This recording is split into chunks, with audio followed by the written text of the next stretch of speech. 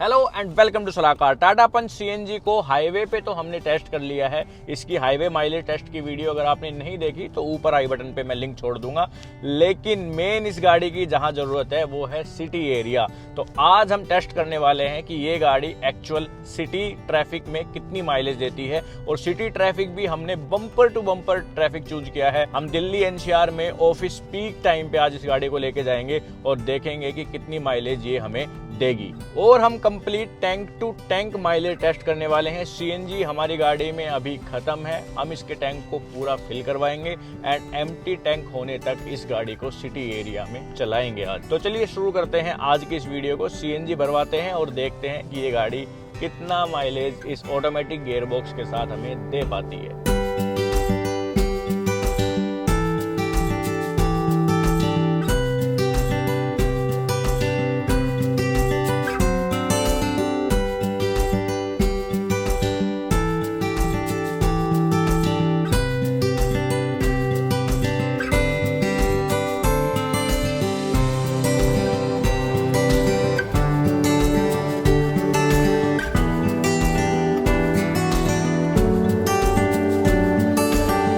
CNG tank अपना full हो गया है और 8 केजी सीएनजी इस गाड़ी में आई है। अभी मैं एक बार सीएनजी ट्रिप को रीसेट करता हूँ, देन अपन इस गाड़ी को सीएनजी में लगाते हैं। सो ट्रिप हो गई है रीसेट और गाड़ी अपनी अभी सीएनजी में लग गई। ये स्क्रीन थोड़ी सी ना रिफ्लेक्टिव है, इस तरफ से हमेशा ही रिफ्लेक्ट करती रहती है। आप किसी भी डायरेक्शन में इसको खड़ी कर लो एंड यहाँ से ये हो गई है रीसेट। तो चलिए फिर चलाते हैं आज इसको अपन सिटी में। देखो जो हमारा रूट रहने वाला है ना वो एकदम डेंस ट्रैफिक रहने वाला है। गुड़गांव का ट्रैफिक पूरा, फिर हम दिल्ली में घुस जाएंगे, दिल्ली का ट्रैफिक। तो एकदम ये मान लो कि रेड लाइट और ट्रैफिक जाम ये सब मिलने वाला है।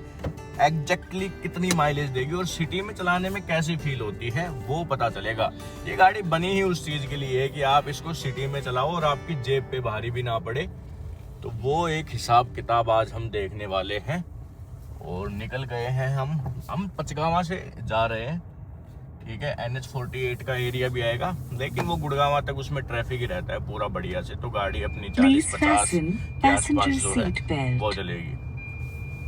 चलिए शुरू करते हैं आज की इस वीडियो को। 9:14 हो गए हैं। एसी गाड़ी का चलता रहेगा क्योंकि गर्मी के दिन चल ही रहे हैं और हम गाड़ी में सिर्फ 2 लोग हैं, कोई भी लगेज हमारे पास नहीं है।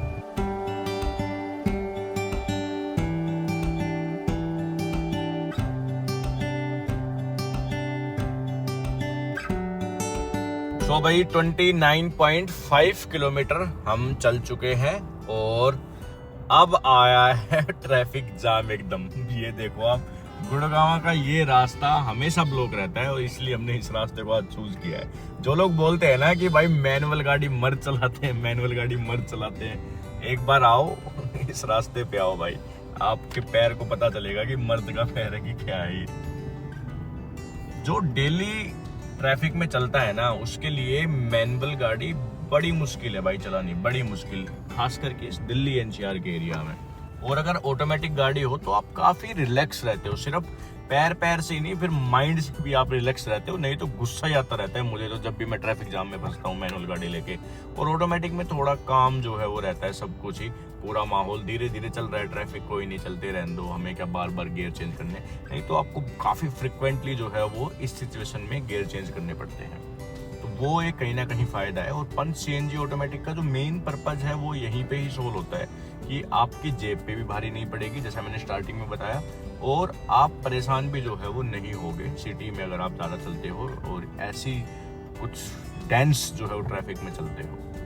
ओके, सो चला चुके हैं 30.5 किलोमीटर। थोड़ी देर पहले हम जब आपसे मिले थे तो 29.5 थी एंड पिछले 15-20 मिनट से आई थिंक हम चले होंगे 200-300 मीटर।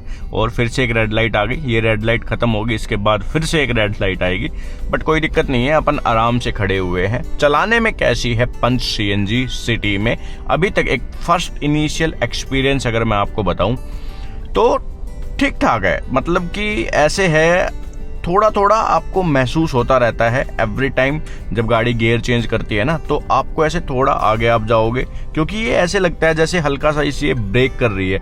जब गियर चेंज होता है ना तो इंजन की पावर एकदम लूज हो जाती है, जिस वजह से वो हल्की सी ऐसे ब्रेकिंग वाली फील आती है। आप थोड़ा सा आगे जाते हो, देन पावर लेती है और आप फिर थोड़ा सा पीछे जाते हो। तो ऐसे ऐसे आप फ्रिक्वेंटली जो है वो गाड़ी में होते रहोगे। ये एक चीज़ है। दूसरी चीज़, एवरी टाइम जब भी आप थोड़ा सा चला के जैसे bumper to bumper traffic and brake करोगे तो गाड़ी का इंजन ना एक हल्का सा ऐसे करता है वाइब्रेशन सा, और आपको वो सुनाई भी देती है साफ साफ, और गाड़ी के अंदर जो है वो फील भी होती है वो चीज़। तो वो एक चीज़ जो है वो आपको महसूस होगी। उसके अलावा कंफर्टेबली मैं बैठा हुआ हूँ आराम से, मैं सिंगल पैडल ड्राइव कर रहा हूँ, बस ब्रेक छोड़ रहा हूँ, ब्रेक प्रेस कर रहा हूँ, उसके अलावा मुझे कुछ नहीं करना पड़ रहा। ये मैंने अभी ऑटो मोड में डाली और मैंने छोड़ दी। गाड़ी जो है वो धीरे धीरे अपने आप ही क्रोल करने लगती है। सो बम्पर टू बम्पर ट्रैफिक में वो क्रोलिंग आपके काम आती है अच्छी खासी। एंड अगर आप लाइट फुट करके चलाते हो ना तो फिर आपको वो गियर चेंज वाला जो है वो भी फील नहीं आएगा। जैसे अभी ये गाड़ी सेकंड गियर में गई तो हल्का सा, अगर आप बिल्कुल अच्छे से सुनते हो ना तब आपको पता चलेगा कि हाँ थोड़ा सा गाड़ी ने जो है वो इंजन ने थोड़ा स्ट्रगल किया एंड देन जो है वो गियर चेंज हो गया। वो थोड़ा सा आपको एक झटका फील होगा एंड देन गियर जो है वो आपका चेंज हो जाएगा। अभी देखो थोड़ा रूम मिला है और मैं खींचने की कोशिश करूंगा तो गाड़ी जो है मेरी खिंच भी जाए। अगर आप हार्ड एक्सीलेट करते हो ना तो गियर डाउन होने के बाद फिर आरपीएम काफ़ी ऊपर चले जाते हैं, जिस वजह से अगर आपको कहीं थोड़ा जल्दी निकलना हो तो वहाँ पे भी कहीं ना कहीं गाड़ी जो है वो आपकी हेल्प कर देती है। बस वो AMT का जो लैग है वो पूरा आपको महसूस होने वाला है पंच CNG में। तो उस चीज़ को आप दिमाग में रख के चलो कि झटके गियर कब चेंज हो रहा है, गाड़ी पावर कितनी दे रही है, वो सब चीज़ आपको दिमाग में रख के चलनी पड़ेगी। उसके अलावा ट्रैफिक में 360 डिग्री कैमरा का भी काफ़ी यूज आता है, हालांकि आपको ये बार बार ऑन करना पड़ता है। कुछ गाड़ियों में मैंने अभी लास्ट जो गाड़ियाँ चलाई थी उनमें क्या था कि जैसे ही मैं गाड़ी को धीरे कर रहा था, थोड़ी महंगी गाड़ियाँ थी एक्चुअली वो, पर जैसे ही मैं गाड़ी को धीरे चला रहा था ना तो अपने आप ही मेरा 360 डिग्री कैमरा जो है वो ऑन हो जा रहा था। मेरे को बार बार वो स्विच करने की ज़रूरत नहीं पड़ रही थी। लेकिन अभी अगर मुझे यूज़ करना है, देखना है, मैं इस बटन को प्रेस करता हूँ और मेरा ये कैमरा जो है वो ऑन हो जाएगा। जो कि अगर आप सामने का देखना चाहते हो, अभी सामने का है तो सामने का भी जो है आपको दिखाता रहेगा कितना डिस्टेंस है। ऑल्सो अगर आप पीछे का कैमरा देखना चाहते हो देन तो आप पीछे का स्विच कर सकते हो। ये बड़ी स्क्रीन में आपको साइड का देखना है तो आप साइड का भी बड़ी स्क्रीन में स्विच कर सकते हो। ठीक है। परमानेंटली जो आप रियर पार्किंग सेंसर्स है वो आपके बोलते रहते हैं, इनको टॉगल करने का भी ऑप्शन आपके पास आता है। तो रियर से अगर कोई गाड़ी पास आती है तो ये आपको बताता भी रहता है कि भाई कितनी दूर है। ठीक है। 3D मोड वगैरह ये सब चीज़ आती है, आप बढ़िया से देखो 3D मोड में इसको देख सकते हो। कैमरा ठीक है, ट्रैफिक में और सिटी के अंदर जो है वो कैमरा का यूज़ कर सकते हो आप 360 का, तो सही फीचर लगने लगा है मेरे को। पहले मेरे को ये लगता था कि छोटी गाड़ियों में कोई काम का नहीं है, बट अभी जब आप एक बार यूज टू हो जाओगे ना इस फीचर के तो फिर आपको लगेगा कि हाँ यार होता तो बढ़िया रहता। कई छोटी छोटी जगह ऐसी है जहाँ पे आपको गाड़ी 1-2 बार में घुमानी पड़ती है। अगर आपके पास 360 कैमरा है तो आप वो एक बार में भी जो है वो टर्न ले सकते हो, क्योंकि आपके पास पूरा एक जजमेंट रहता है वहाँ पे कि हाँ गाड़ी टच मेरी नहीं होगी। ये जो गाइडलाइंस है ना ये भी काफ़ी हेल्प करती है। जो ये वाली गाइडलाइंस है, देखो मैं स्टीयरिंग घुमाऊंगा तो ये यहाँ पे दिखाती है और ये काफ़ी एक्यूरेट है। अगर आपकी ये गाइडलाइंस बता रही है कि आप नहीं टकराओगे तो आपकी गाड़ी डेफिनेटली वहाँ पे नहीं टकराएगी। देखो जब भी आप भगाने की कोशिश करते हो ना तो गियर चेंज में हल्का सा लैग मारता है और सेकेंड एंड थर्ड गियर में काफ़ी आपको ये चीज़ महसूस होने वाली है। तो इसलिए मैं स्टार्टिंग में भी बोल रहा था आपको पंच जब हमने मीटर ड्राइव की थी कि अगर आप थोड़ा वो गाड़ी को भगाने के शौकीन हो, आप थोड़ा वो ड्राइविंग फील के शौकीन हो ना, देन आपको निराश कर सकती है पंच। ये सिंपली उन लोगों के लिए है जिनको बस एक A पॉइंट से B पॉइंट तक जाना है, उन्हें बाकी कुछ नहीं चाहिए। उन्हें चाहिए बस कंफर्ट हो हमारी गाड़ी में, हमारी गाड़ी माइलेज दे, उनके लिए बढ़िया है। उनको चलाने से कोई एज सच कोई खास लगाव जो है वो नहीं है गाड़ी चलाने से, तो वो एक चीज़ है। और AMT जनरली जो है वही लोग कंसिडर करते हैं जिनको कंफर्टेबल ड्राइविंग जो है वो चाहिए। अदरवाइज तो भाई AMT एक ऑटोमेटिक की कैटेगरी में नहीं आता। ये ऑटोमेटिक मैनुअल ट्रांसमिशन है, महंगे नहीं होते और अपने पास मेंटेनेंस जो है वो इनका कम रहता है। तो ये छोटी गाड़ियों में ही ज़्यादा होते हैं, बड़ी गाड़ियों में भी आपको ये नहीं मिलेंगे। जितने भी अपने बड़ी गाड़ियां है, डीजल गाड़ियां है या फिर जो टर्बो पेट्रोल गाड़ियां है, वहाँ पे आपको टॉर्क कन्वर्टर देखने के लिए मिलेगा या फिर आपको DCT मिलेगा। और कुछ गाड़ियों में CVT भी जो है वो आपको मिल जाता है। तो CVT भी फास्ट गियर बॉक्स की कैटेगरी में नहीं आते। टॉर्क कन्वर्टर ठीक है, रिलायबल है।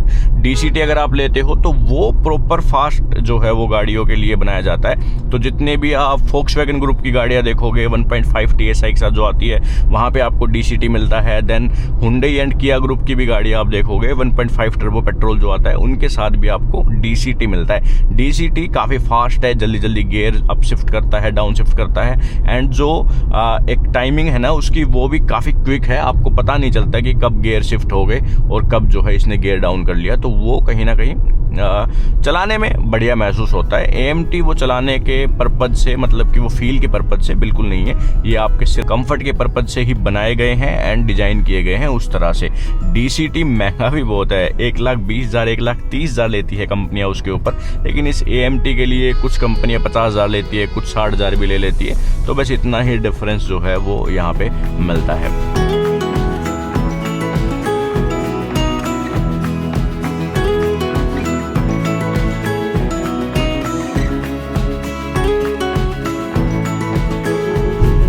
ओके, सो अपडेट ये है कि गाड़ी अपनी चल चुकी है 47.6 किलोमीटर, 12 बज चुके हैं और हमें टाइम हो गया है गाड़ी को चलाते चलाते 2 घंटे 45 मिनट। अब इसमें से आधे घंटे हमने गाड़ी खड़ी रख के भी ऐसे ही चलाया है। एक दोस्त से मिलना था तो उससे थोड़ी बातचीत वगैरह की, तो आधे घंटे हमारी गाड़ी खड़ी रही। और उसके अलावा एकदम डेंस ट्रैफिक में जो है वो गाड़ी हमारी चली है, एकदम डेंस्ड। ये मान लो कि आप 1 घंटे में हमने 2-2, 3-3 किलोमीटर जो है वो कवर किए थे उस वाले रास्ते पे।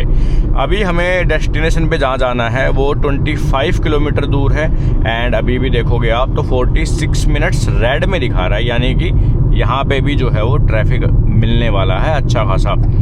तो वहाँ तक चलते हैं, देखते हैं कितनी चलेगी। CNG के बार अभी 4 हमारे बचे हुए हैं, 3 बार जो है वो चले गए हैं। हाईवे पे जब हमने ड्राइव की थी तो एक बार 35 किलोमीटर के आसपास चल रहा था, लेकिन यहाँ पे एक बार ने हमारा 20 किलोमीटर तक साथ दिया था। दूसरा वाला तो पता ही नहीं लगा कब चला गया, और फिर तीसरा वाला भी जो है वो भाई निकल लिया अपने टाइम से।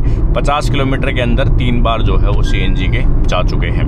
थोड़ा वो आधे घंटे जो खड़ी रखी उसमें भी भाई CNG जो है वो लगी होगी, तो लगभग ये मान के चलो कि आधा kg के आसपास CNG वहाँ पे भी हमारी चलेगी। बट जब आप डेली यूज करोगे ना गाड़ी को, तो आपको भी कहीं ना कहीं जो है वो गाड़ी खड़ी रखने की जरूरत भी पड़ेगी, AC चला के खड़ी रखने की जरूरत पड़ेगी। ये जो माइलेज हम निकालेंगे ना, ये मान के चलो कि सबसे मिनिमम माइलेज जो है वो निकलने वाली है सिटी के हिसाब से। इतना ट्रैफिक आपको, अगर किसी और सिटी में रहते हो तो इतना ट्रैफिक नहीं मिलेगा जितना आपको दिल्ली एनसीआर मिलता है, बेंगलोर वगैरह मिल सकता है। ये मान के चलना कि कम से कम टाटा पंच ऑटोमेटिक CNG इतनी माइलेज तो आपको देगी ही देगी। ये इस वीडियो का मेन जो है वो सिनेरियो रखना। चलिए देखते हैं, अब वहाँ पहुँचते हैं, फिर मैं एक बार आपको अपडेट देता हूँ 24 किलोमीटर चलने के बाद कि अभी कितने CNG के बार बचे हुए और क्या कुछ कंडीशन रही।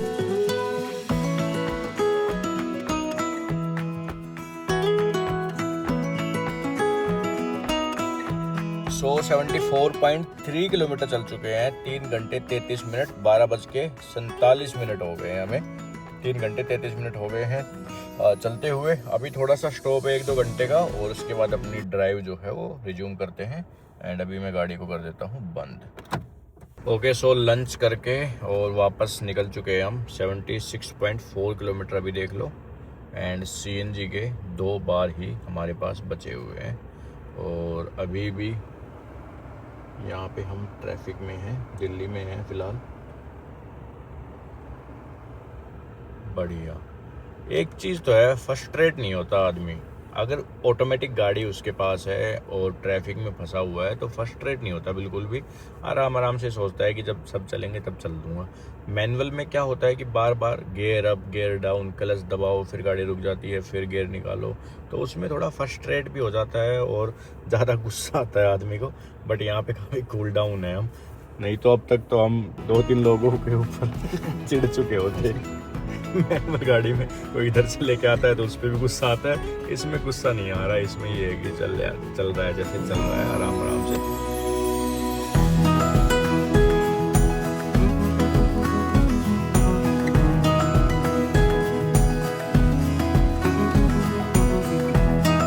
सो 144.5 किलोमीटर बाद अब अपनी सीएनजी लग चुकी है भाई रिजर्व मोड में, और हम भी सिटी से बाहर अब अपने गांव वाले रास्तों पे आ गए हैं। तो यहाँ पे भी स्पीड जो है वो 40-50 के आसपास ही रहने वाली है।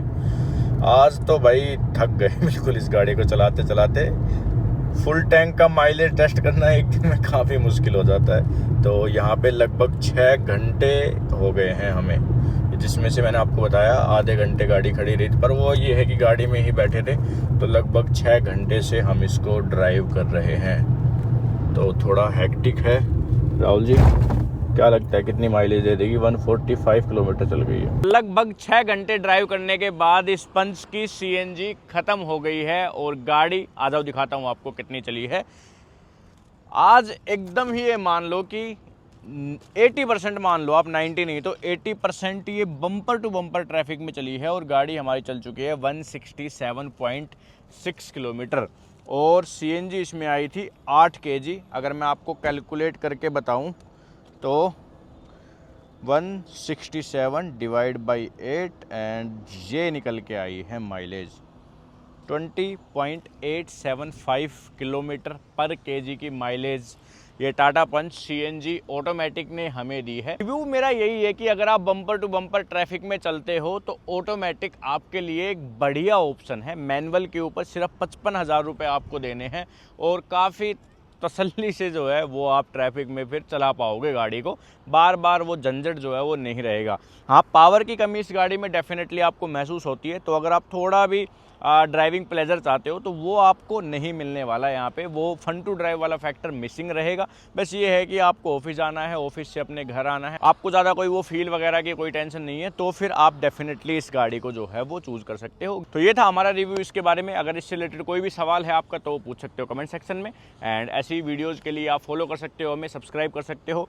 मेहनत काफ़ी लगी है एक्चुअल में आज, तो सब्सक्राइब आप ज़रूर कर सकते हो। Thank you so much for watching this video. मिलते हैं आपसे नेक्स्ट वीडियो में।